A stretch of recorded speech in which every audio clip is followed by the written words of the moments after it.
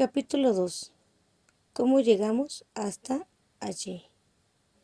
No llegamos a un desierto espiritual de la noche a la mañana. En algunos terrenos ocurre un fenómeno conocido como sumidero. Cuando este fenómeno sucede, es como si de repente el suelo se abriera y se formara un hoyo que se traga todo lo que tenga encima: casas, autos, árboles y hasta personas. A pesar de que a simple vista pareciera que el suelo se abre de repente, sin razón alguna, la realidad es que estos sumideros no ocurren de la noche a la mañana. Estos fenómenos tienen lugar porque debajo de estos terrenos se produce un movimiento de aguas que va debilitando toda la superficie que lo sostiene, hasta el momento en el que no tiene resistencia alguna y colapsa. Lo interesante de este fenómeno es que ese deterioro no es algo que pueda percibirse desde afuera con facilidad. Sin realizar estudios profundos del suelo, solo podemos darnos cuenta de lo que está sucediendo cuando ya vemos las terribles consecuencias que ese tremendo agujero trae consigo. De la misma manera, las sequías en nuestros corazones no ocurren de repente y sin razón alguna. No es que hoy tengamos una relación vibrante con el Señor y de pronto, al día siguiente, nos levantemos en un desierto.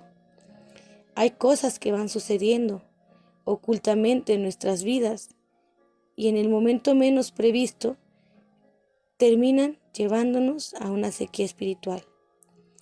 Estamos hablando, por ejemplo, de diferentes circunstancias difíciles que van desgastando nuestra fe en la medida en que los atravesamos. Poco a poco comenzamos a poner nuestros ojos en nosotras mismas y nuestros sufrimientos, y así vamos perdiendo de vista las verdades esperanzadoras de la palabra de Dios. También suele suceder que nos vamos envolviendo en áreas de pecado y una concesión tras otra nos termina involucrando en una práctica que lentamente nos arrastra a lugares de sequedad. No podemos dejar de mencionar que del mismo modo el agotamiento físico nos puede ir desgastando y al final quedamos afectadas tanto externa como internamente.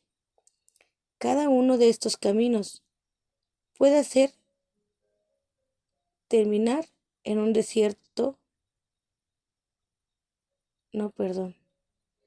Cada uno de estos caminos puede hacernos terminar en un mismo destino: la sequía espiritual. El camino de la ceguera. Una de las características espirituales que pueden terminar llevando a alguien a una vida de desierto es la ceguera espiritual. Al final del capítulo anterior, hablábamos de cómo la sequía espiritual que alguno puede llegar a experimentar se debe a que los ríos de agua viva nunca han estado presentes en ese corazón, porque está muerto espiritualmente. Todo aquel que no está en Cristo tiene un alma vacía, y ese vacío clama por ser llenado. Por lo tanto, el no creyente vive en una búsqueda incesante e infructuosa, tratando de llenar ese vacío y así saciar la sed de su corazón. El problema es que muchas veces la búsqueda para saciar esa sed se hace en lugares incorrectos, en los cuales se encuentran supuestas fuentes que producirán la tan ansiada sensación de saciedad por un momento, pero terminan dejando el mismo vacío y una sed aún mayor. Estamos hablando de fuentes como el dinero, el poder, el sexo, el significado, el éxito, los hijos o relaciones que son realmente cisternas rotas a las que acude una y otra vez el alma sedienta y enceguecida en busca de agua. El alma vacía y ciega va de una búsqueda a la otra, pero nunca se satisface ni encuentra la verdadera fuente de agua de vida, que es Cristo nuestro Señor. Agustín dijo: nos creaste para ti, y nuestro corazón andará siempre inquieto mientras no descanse en ti. El alma vacía, sedienta y en una búsqueda continua, no percibe su necesidad real. No es capaz de darse cuenta de que nada creado tiene la capacidad de saciar esa sed interior. La verdad es que un alma que está en medio de una sequía y nunca ha experimentado el fluir de los ríos de agua viva por ella, no sabe dónde saciarse. Solo conoce aquellas cosas debajo del sol, humanas, materiales y temporales, sin darse cuenta de que todo eso es vanidad y correr tras el viento. Eclesiastés 1:14. La ceguera espiritual no deja ver la necesidad real del corazón sediento, ni el lugar en el que saciarse. Un creyente que disfruta de la presencia del Espíritu Santo es capaz de percatarse de que la necesidad y la sed de alguien con un alma en esta condición solo pueden ser saciadas por aquel que provee agua viva. Jesús les respondió: todo el que beba de esta agua volverá a tener sed, pero el que beba del agua que yo le daré no tendrá sed jamás, sino que el agua que yo le daré se convertirá en él una fuente de agua que brota para vida eterna. Juan 4:13-14. A menos que el Espíritu Santo no retire la ceguera espiritual del corazón, el alma vacía jamás buscará por sí misma saciar su sed en el único lugar que puede hacerlo. Sin la intervención de Dios a través de su Espíritu, un alma jamás podrá por sí misma desear comprobar que el Señor es bueno. Salmo 34:8. La ausencia de Cristo en una vida, la incapacidad de ver por causa de la ceguera espiritual y la falta de los ríos de agua viva pueden ser causantes de un alma que sufre en medio de un desierto. El camino del sufrimiento. Otro camino que puede llevarnos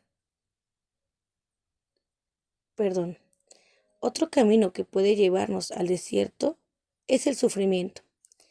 La Biblia nos enseña que vivimos en un mundo caído, en el que tarde o temprano el sufrimiento tocará a nuestras puertas. En el mundo tienen tribulación, pero confíen, yo he vencido al mundo. Juan 16:33.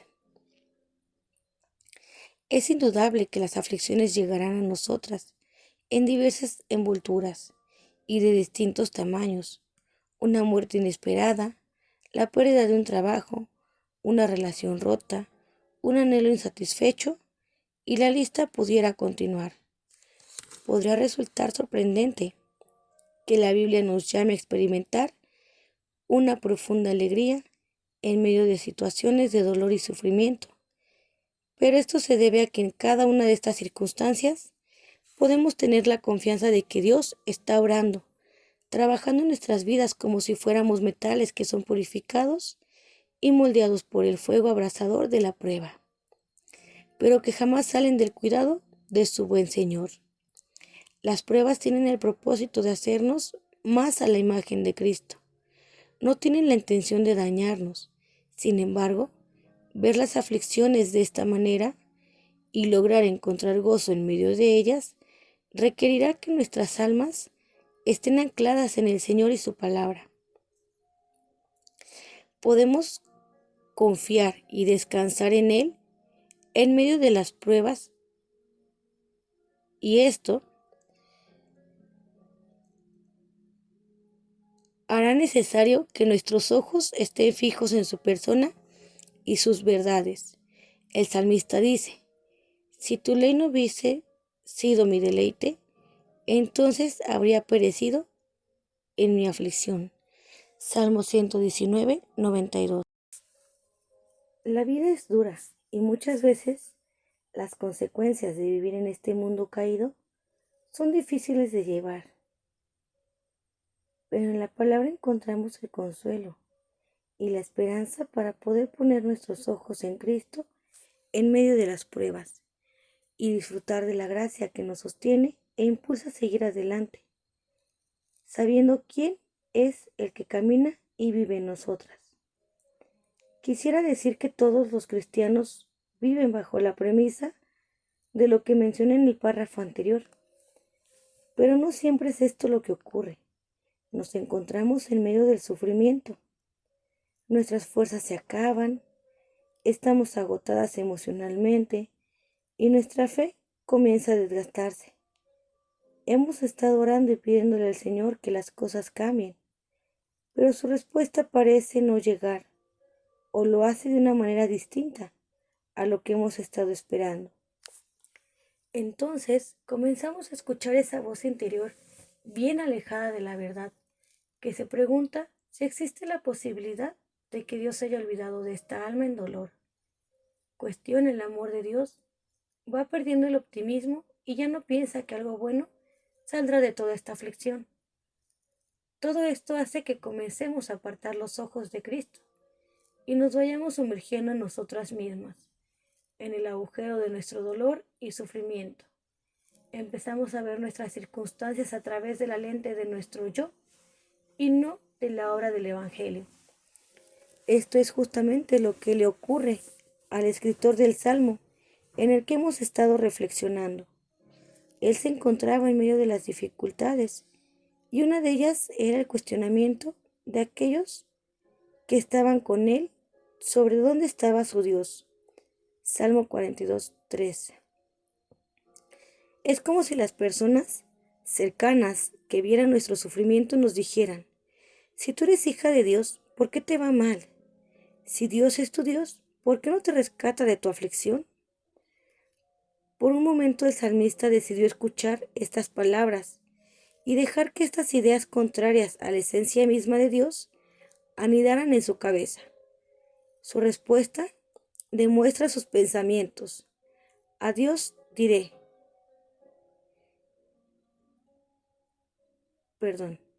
a Dios mi roca diré, ¿por qué me has olvidado?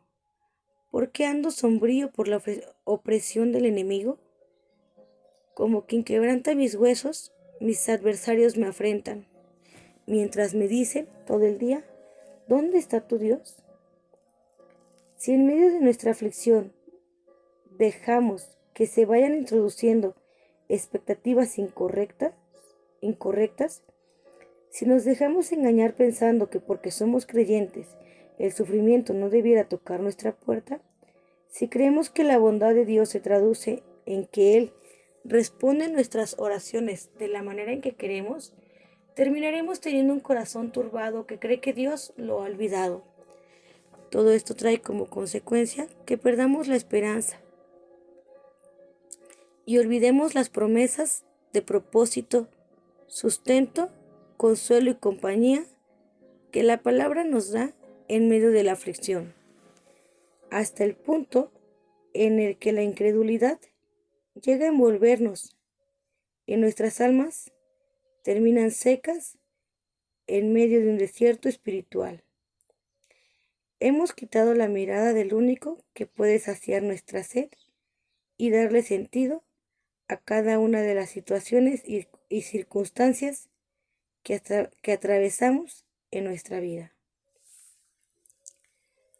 Cuando esto ocurre, terminamos olvidando que las aflicciones del tiempo presente no son comparables con la gloria que ha de venir. Romanos 8:18.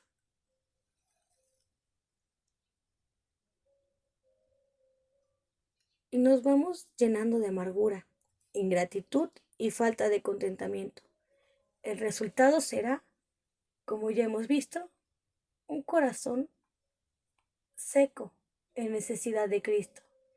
El dolor, en lugar de fortalecer nuestro corazón, termina debilitándolo, porque en medio de nuestro sufrimiento nos hemos alejado de la fuente de agua viva y hemos perdido de vista la esperanza de la gracia disponible para nuestros corazones en todo tiempo. El camino de la soledad. El camino de la falta de vida en comunidad es otro sendero que puede terminar llevándonos a una vida de desierto. El salmo en el que estamos reflexionando presenta una descripción de un alma en medio de una sequía espiritual, un alma con una sed de Dios que pareciera no estar siendo saciada. Mis lágrimas han sido mi alimento de día y de noche, mientras me dicen todo el día, ¿dónde está tu Dios? Me acuerdo de estas cosas y derramo mi alma dentro de mí, de cómo iba yo con la multitud y la guiaba hasta la casa de Dios, con voz de alegría y de acción de gracias, con la muchedumbre en fiesta. Salmo 42, 3 al 4. Los hijos de Core, a quienes pertenece la autoría de este salmo, eran un grupo de adoradores en el antiguo templo judío del Antiguo Testamento. Es posible que el escritor de este salmo haya sido un líder de la comunidad que guiaba a la multitud al templo en Jerusalén. El salmista nos deja ver que adorar a Dios junto a otros era solo un recuerdo para su alma.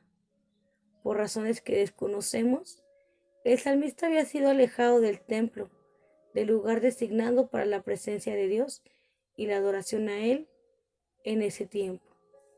Dios mío, mi alma está en mí deprimida, por eso me acuerdo de ti desde la tierra de Jordán y desde las cumbres del Hermón, desde el monte Mizar.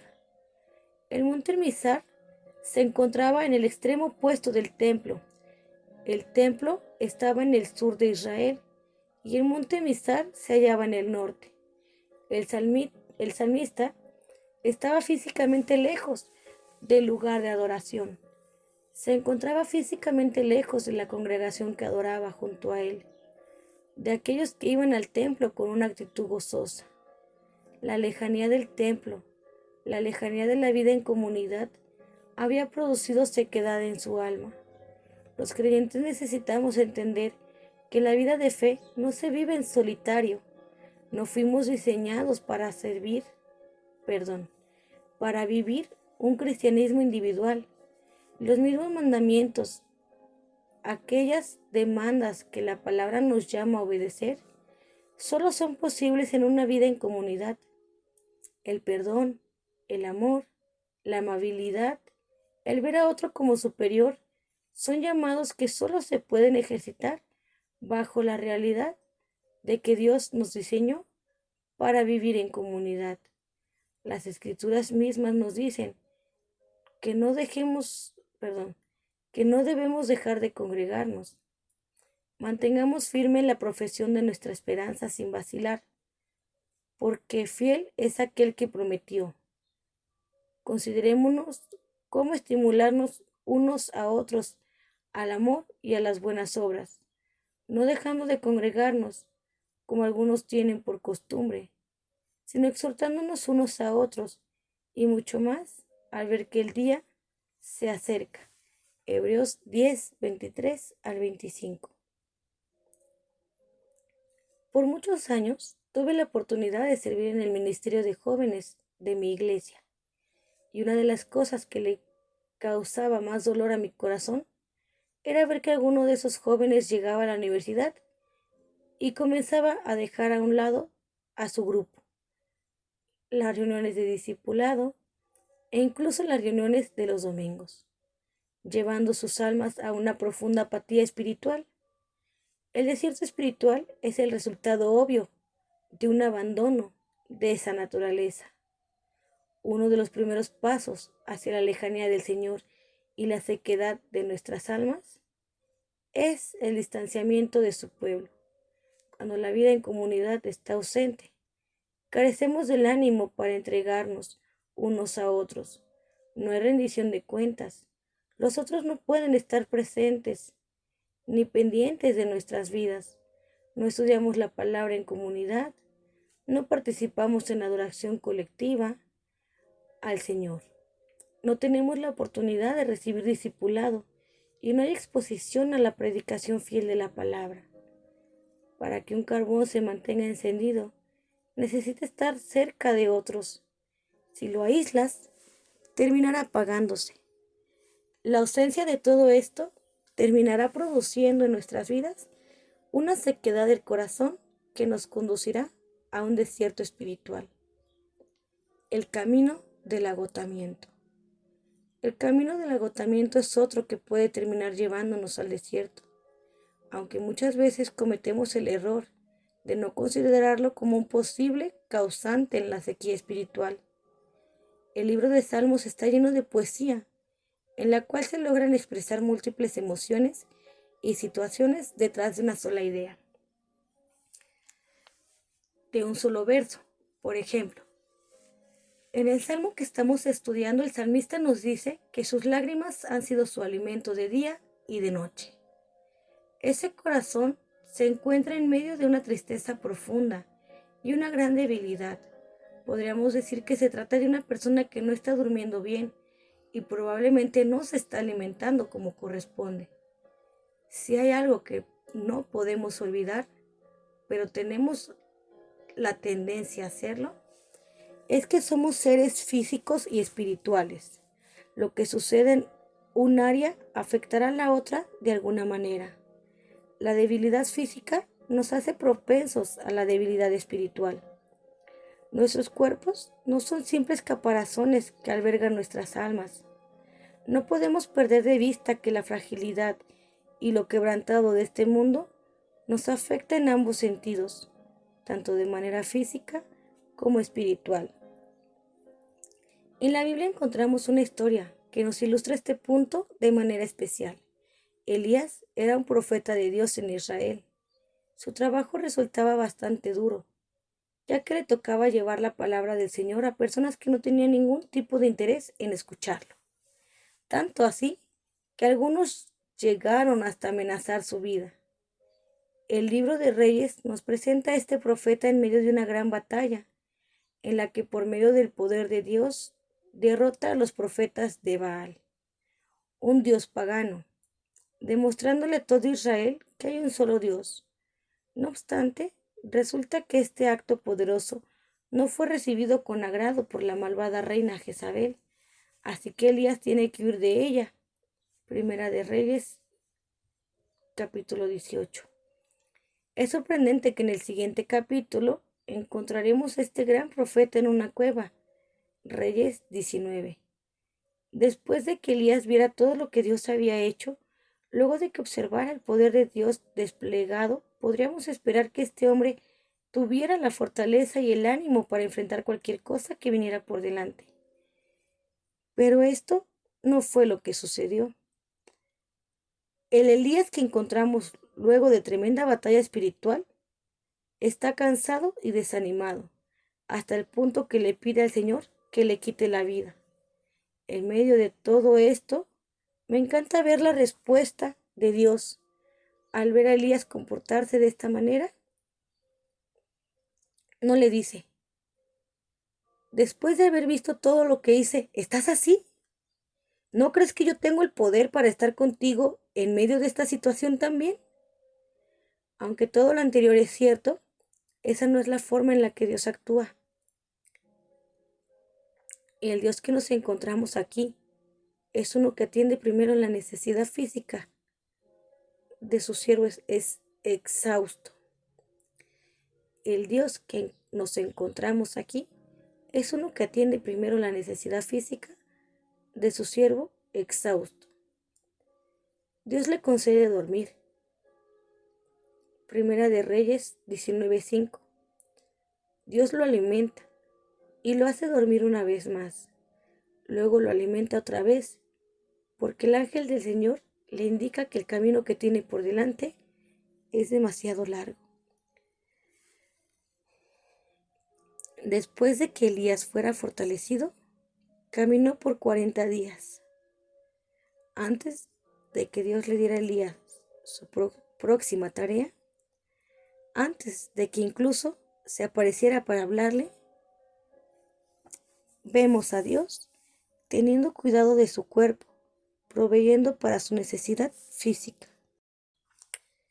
Diferentes situaciones en nuestra vida pueden llevarnos al agotamiento. Una gran carga laboral prolongada sin tomar en cuenta el descanso de manera intencional, llenarnos de muchas responsabilidades, a veces más de las que Dios mismo quisiera que tuviéramos, o atravesar diferentes etapas de nuestra vida que son mucho más demandantes que otras. Todas esas circunstancias prolongadas sin buscar el descanso de manera intencional y cuidar de manera apropiada y sana nuestro cuerpo, pueden terminar llevándonos al desierto espiritual. Contemplar este aspecto de nuestra realidad como criaturas y las consecuencias de vivir en este mundo caído hace necesario que no dejemos de examinar el aspecto físico de nuestra vida. ¿Cómo estás cuidando tu cuerpo? ¿Estás durmiendo lo suficiente? ¿Te alimentas correctamente? ¿Estás haciendo ejercicio? ¿Mantienes un equilibrio sano en tus responsabilidades laborales? ¿Te encuentras con frecuencia llenándote de compromisos? ¿Te cuesta decir que no? ¿Es el descanso algo que planificas? Dios no se fatiga ni se cansa. Isaías 40:28. Pero Él descansó luego de haber terminado toda su creación. Génesis 2:2. Obviamente, Dios no necesitaba el descanso, pero que lo hiciera establece un modelo para nosotras. No quisiera dejar de mencionar en este punto que puede darse el caso de que nos encontremos en un desierto porque estamos en medio de una depresión, en la que una tristeza profunda y la falta de un sentido de propósito y significado caracteriza nuestro día a día. Si ese es tu caso, te animo a que busques ayuda médica y consejería bíblica. No debemos perder de vista que somos cuerpo y alma. Si descuidamos el cuidado apropiado de nuestro cuerpo, terminaremos viendo las consecuencias en nuestra vida espiritual. Nuestras almas tienen un reposo en Cristo y Él mismo nos provee de medios para el descanso y el cuidado sano de nuestros cuerpos. Debemos cuidar nuestros cuerpos y así honrar a Dios. ¿No te importa que perezcamos? Marcos nos presenta un relato que puede resultar muy familiar. En Marcos 4:35 al 41. Jesús había estado todo el día enseñando y sirviendo a otros. Al llegar la tarde, dejaron a la multitud en la orilla, y él y sus discípulos subieron a una barca. A la mitad del camino se desató una gran tormenta. Las fuertes olas se estrellaban contra la barca, hasta el punto que ésta se llenó de agua, y los discípulos se atemorizaron sin saber qué hacer. Mientras esta gran tempestad se desencadenaba, Jesús se encontraba en la popa del barco durmiendo sobre una almohadilla. Lo más probable es que estuviera físicamente agotado, luego de varios días llenos de acción.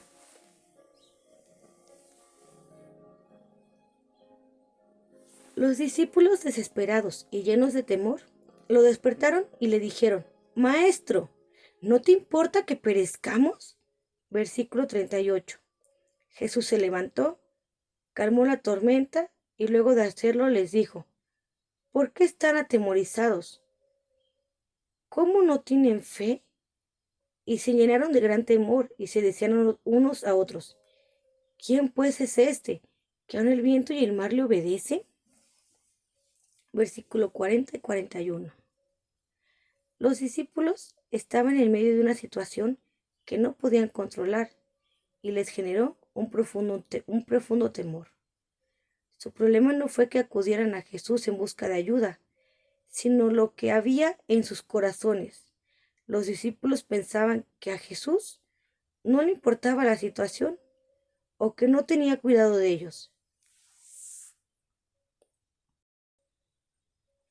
En el relato vemos cómo Jesús calma la tormenta y luego les habla al corazón preguntándoles cómo era que no tenían fe. Ellos habían preferido creerle a su miedo en lugar del Señor. Ellos ya tenían suficiente tiempo caminando con Jesús. Habían visto su poder y, más importante aún, habían visto de primera mano la compasión de su corazón, hacia los demás. Sin embargo, en medio de la tempestad, en medio de nuestro cansancio y las circunstancias difíciles, pareciera que habían oído todo esto. olvidando, olvidaron quién era aquel que los acompañaba en la barca.